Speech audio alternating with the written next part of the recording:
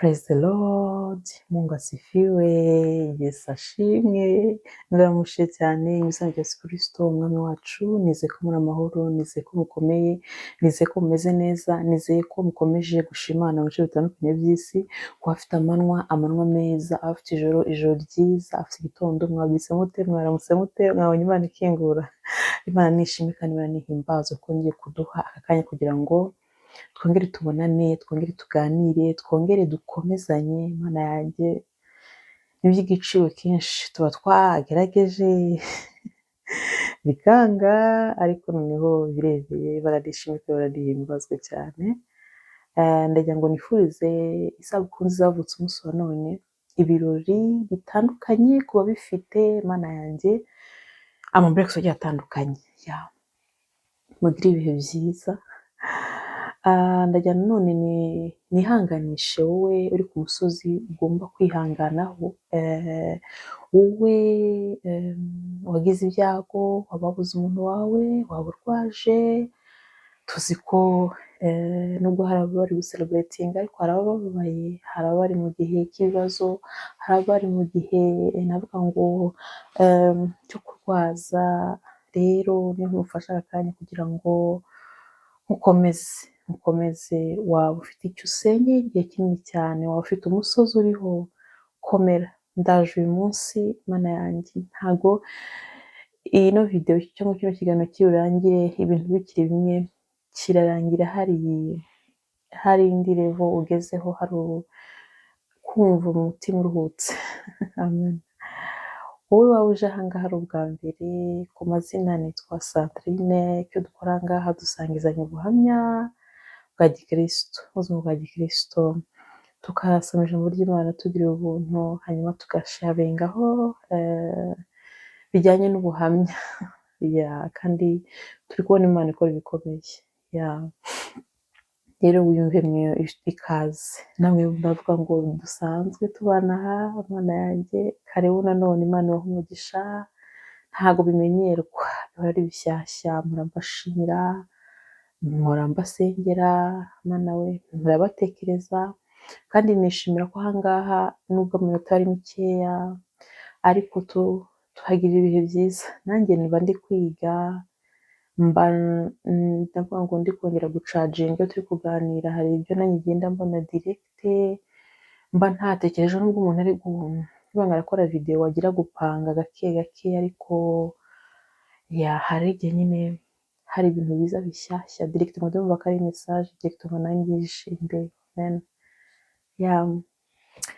Rero reka dusome ijambo ry'Imana, hanyuma dukomeze tuganire. Turasoma muri Yohana ibice 14, umurongo wa 17.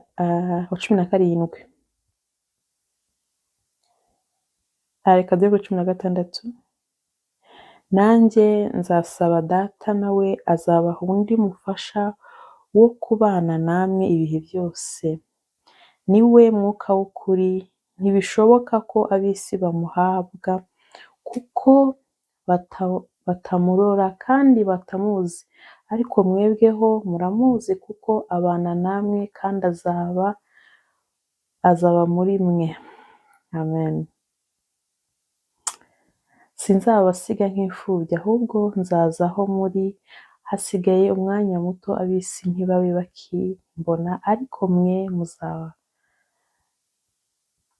muzambona, kuko ndiho namwe muzabaho. Amen.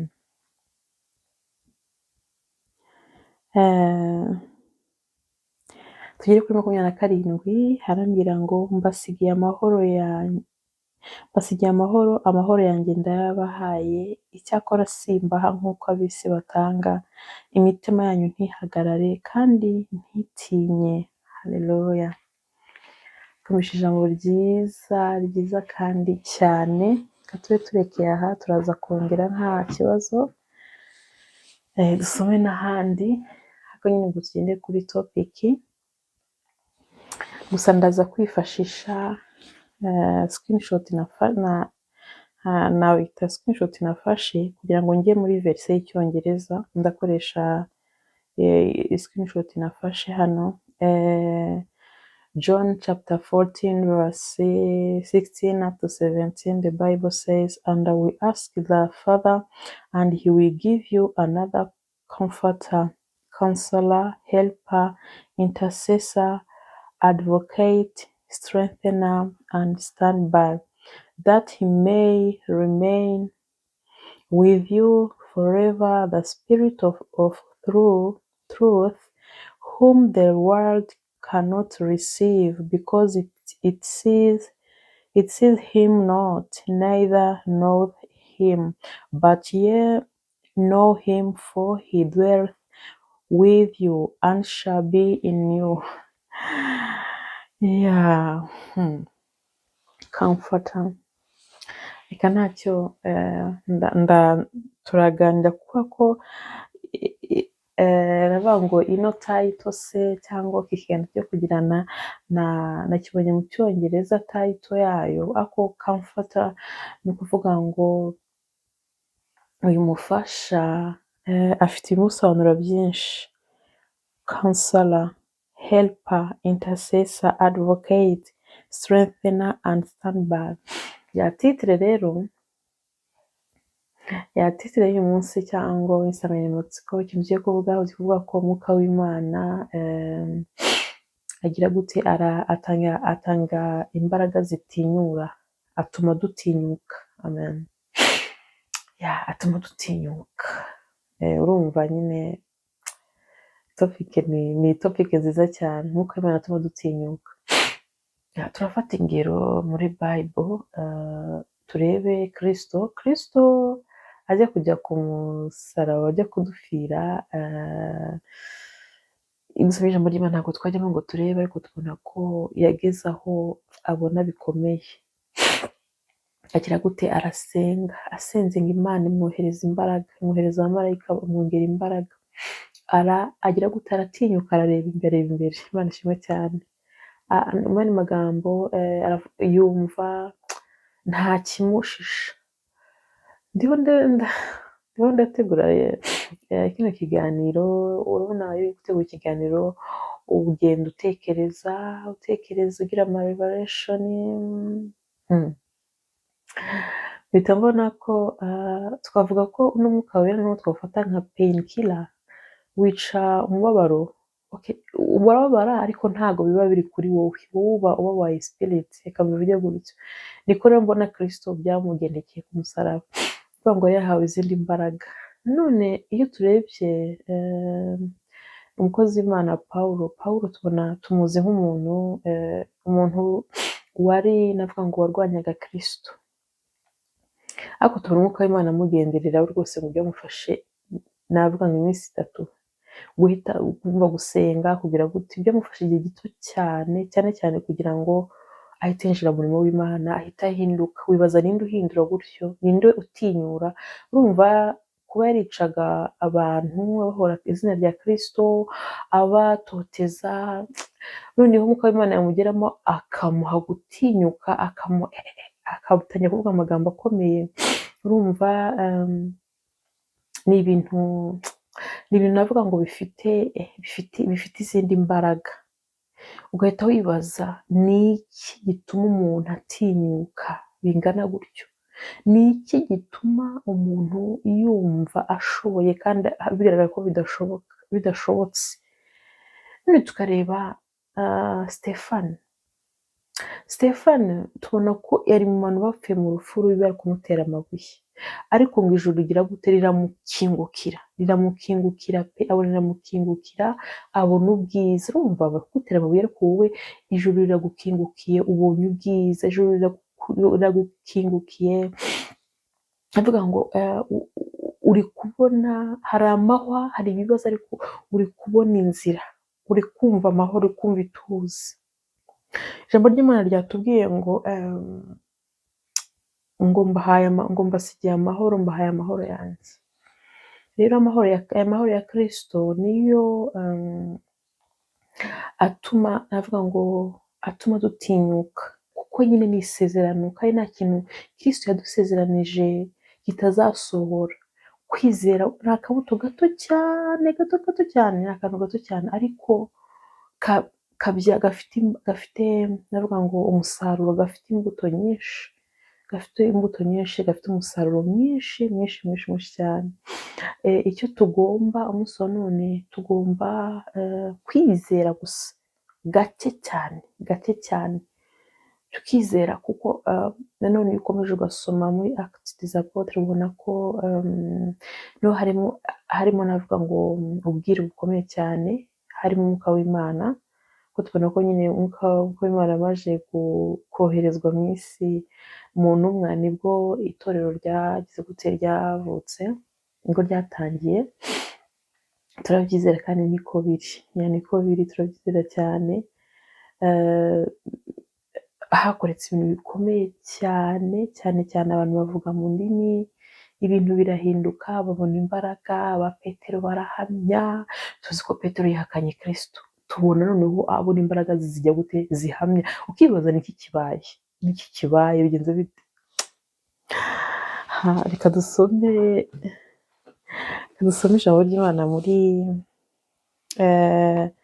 muri Zaburi 51 umurongo ni 13, harambwira ngo akode kuri 12, Mana undememo umutima wera, unsubizemo umutima ukomeye, ntunte kure yo mu maso yawe, ntunkureho umwuka wawe wera, unsubizemo kunezezwa n'agakiza kawe, unkomereshe umutima wemera. Amen. Ntunte kure yo mu maso yawe, ntunkureho umwuka wawe wera, unsubizemo kunezezwa n'agakiza kawe. Mana nishimwe cyane. Navuga ngo tubonye verse nziza muri Zaburi, tutagiye in detail, turi kubona uriya ni umutima usenga, ni umutima uciye bugufi cyane. Ni ukuri ikintu twasaba umunsi wa none, ikintu twasaba mu gihe cya none, ni ugusaba umwuka w'Imana kugira ngo abe muri twe, imbaraga z'Imana zibe muri twe, imbaraga zihindura. Twabonye ko umwuka w'Imana ni umujyanama, ni umufasha, ni umwunganizi, ni imbaraga, ahagararana natwe, ni ibintu byinshi cyane. Igihe cya none kugira ngo tubashe gutinyuka ibintu bitinyitse, cyane ntabwo mvuga kuba ikirere gukora ibintu bibi, oya, ariko gutinyuka nyine ibiri kunanirana, gutinyuka ibintu by'aka gakiza, gutinyuka ukareba umusaraba, gutinyuka ukiyemeza gukiranuka, gutinyuka ugakora ibyiza, kuko ijambo ry'Imana riranyereka ngo umukozi w'Imana avuga ngo nabambanywe na Kristo, ngo ariko ngo sinjye uriho, ngo ahubwo ni Kristo uri muri njyewe. Imana nishimwe cyane. Urumva kubambanywa na Kristo bivuze iki? Kristo yarabambwe. Impamvu yabambwe kubera twebwe. Rero kuvuga ngo kubambanywa na Kristo, umuntu wenyine kubambwa ntabwo byakunda, ariko Kristo yarapfuye mu mwanya wacu. Amen. Ni ukuvuga ngo tumwizirikeho, tumwihambireho. Kristo tumenye ko adahari, nta buzima, adahari nta sezerano. Kristo iyo turebye neza, hari abantu bagira confusion between Kristo na Holy Spirit. Holy Spirit yaje nyuma ya Kristo, kubera ko mu Mana Kristo gahunda ye yari kudupfira, akarangiza mission akagenda, hanyuma hagakurikiraho Holy Spirit. Urumva navuga ngo buri kintu cyose gikora muri room yacu, buri muntu muri room, kuko na Holy Spirit ni umuntu. Rero Kristo ahe hari harangiye hageraho umwuka w'Imana. Ntabwo tugomba kwamburwa na Kristo, ntabwo wahabwa umwuka w'Imana, Holy Spirit, utarabanza kubona Kristo ngo umurye, urye uwo mugati, unywe ayo maraso nyine, hanyuma navuga ngo ubone kwezwa, ubone kwera, ubone gukiranuka, ubone gukira cyane gisa nacyo, hanyuma ubone imbaraga zigukomeza, ubone imbaraga zihagararana nawe, kuko muri iyi si namaze kubona ko hari ibintu umuntu avuga ati sha sinziba, sinzasambana, sinzagira ibi ngibi, sinzakora ibi, ariko ugasanga ubana n'abana urabatuka, ubana n'abana umwana arakora ikintu mbese ukumva ukamuvugaho amagambo akomeye, urahura n'umuntu ukamutuka ukamunigura, ibyo nabyo ni ibyangwa n'amaso y'Uwiteka, ni icyaha. Urumva twe tugira ibyaha nka biriya nyine biriya twese duhuriyeho, ariko ibyaha ni byinshi, ibyaha ni byinshi, kureba n'umuntu ukamugirira ishyari.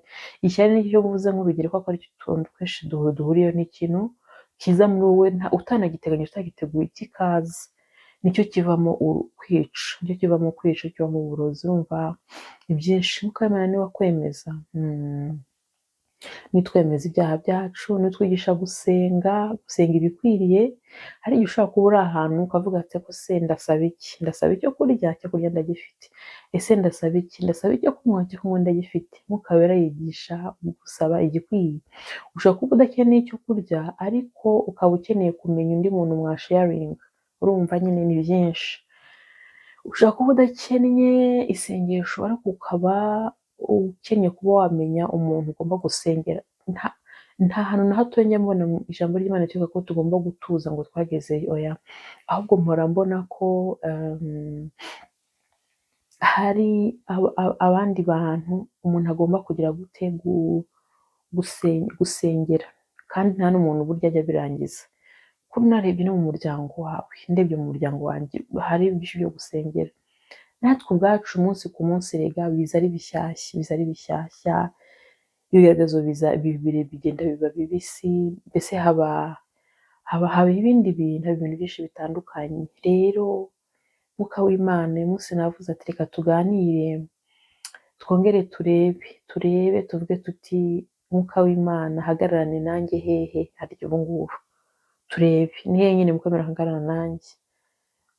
Maze igihe ndeba Mwuka w'Imana nkareba nkabanga, ariko igihe Mwuka w'Imana ngo abane nanjye byose byeshua, bigeze byanga gukunda, nsanga byarakunze pe, byarakunze. Mbwira Mwuka w'Imana, Holy Spirit, ndagusabye Mwuka w'Imana, ndagusabye bana nanjye, hagararana nanjye.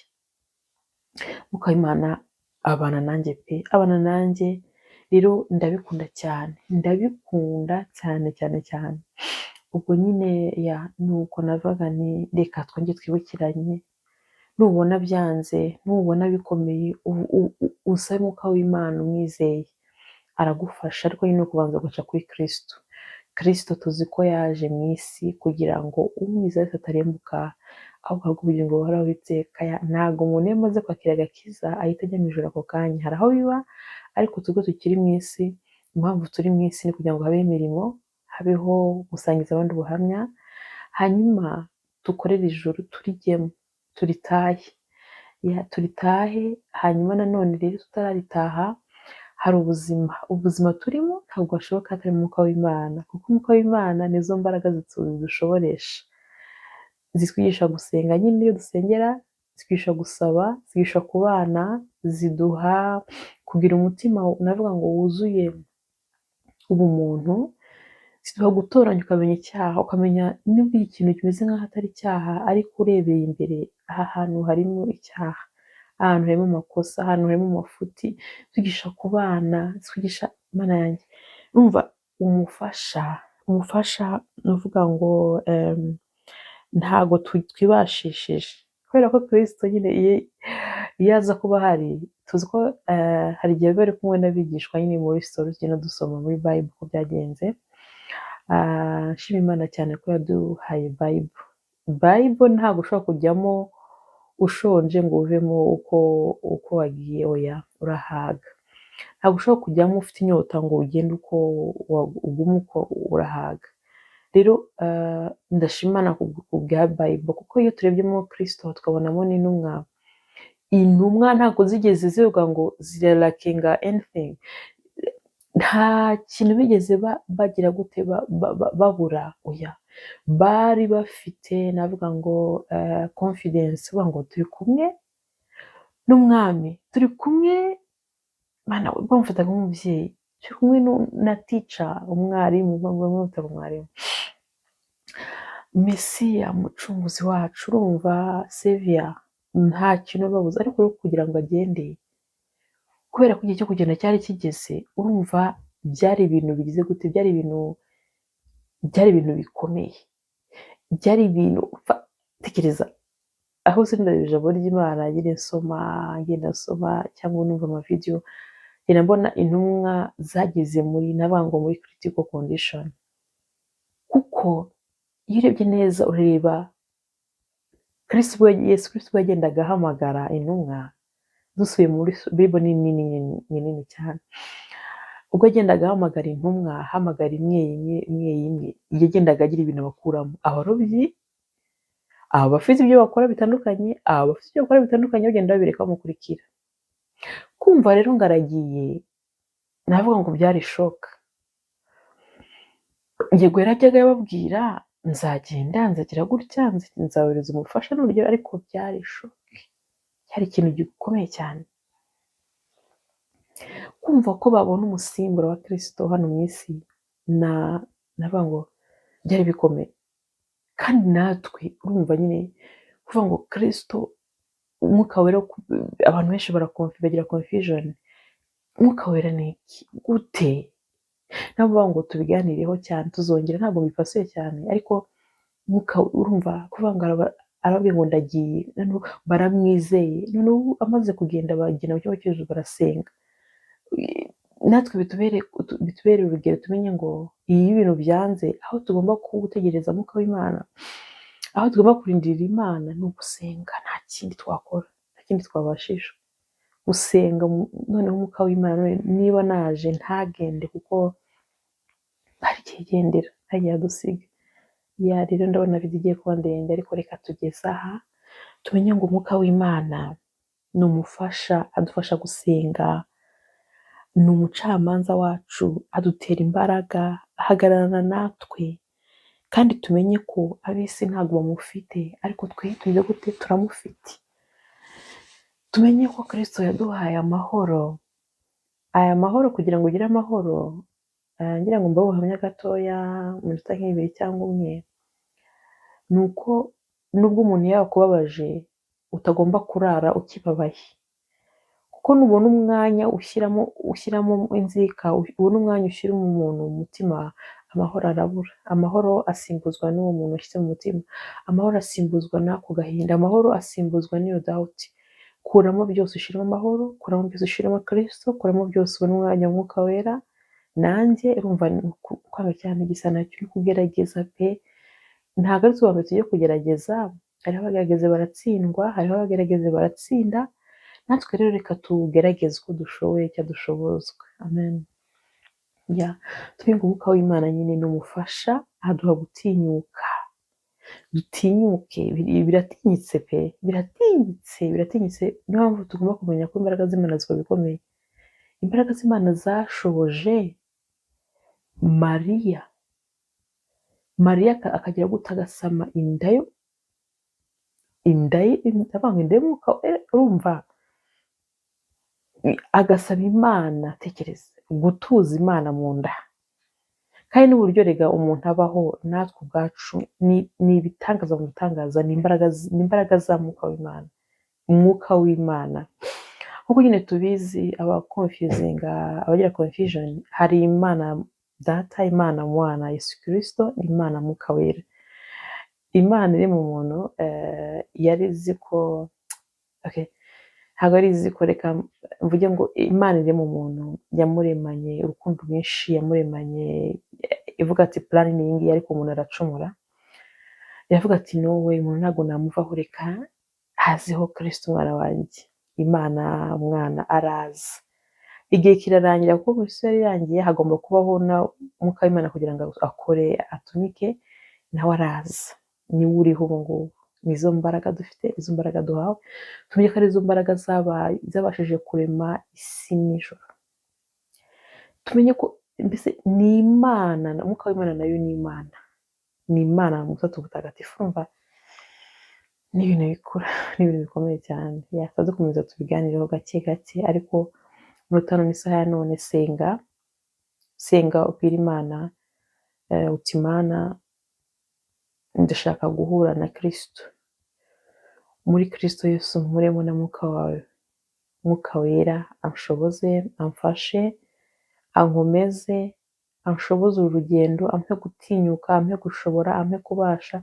Numva bisa n'ibikomeye cyane cyane ku bantu barindiriye amasezerano, ariko Imana iguhe gutinyuka urebe imbere, urenge ibikombe, urenge ibiraro, urenge iyo misozi, urebe imbere. Nanjye ndeba imbere. Amen.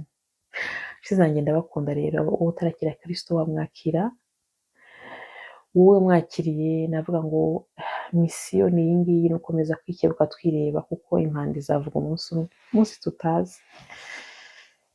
Biteye amatsiko. Abazaba bakiri mu isi ndetse n'abazaba twaravuyemo n'abazaba bakiri mu isi, mbese ni ibanga ry'Imana, ibanga ry'Imana. Imana Data izashimwe cyane. Nawe wacitse intege, wasubiye inyuma, birashoboka ko wahindukirira Imana ukongera ukagaruka, ntarirarenga.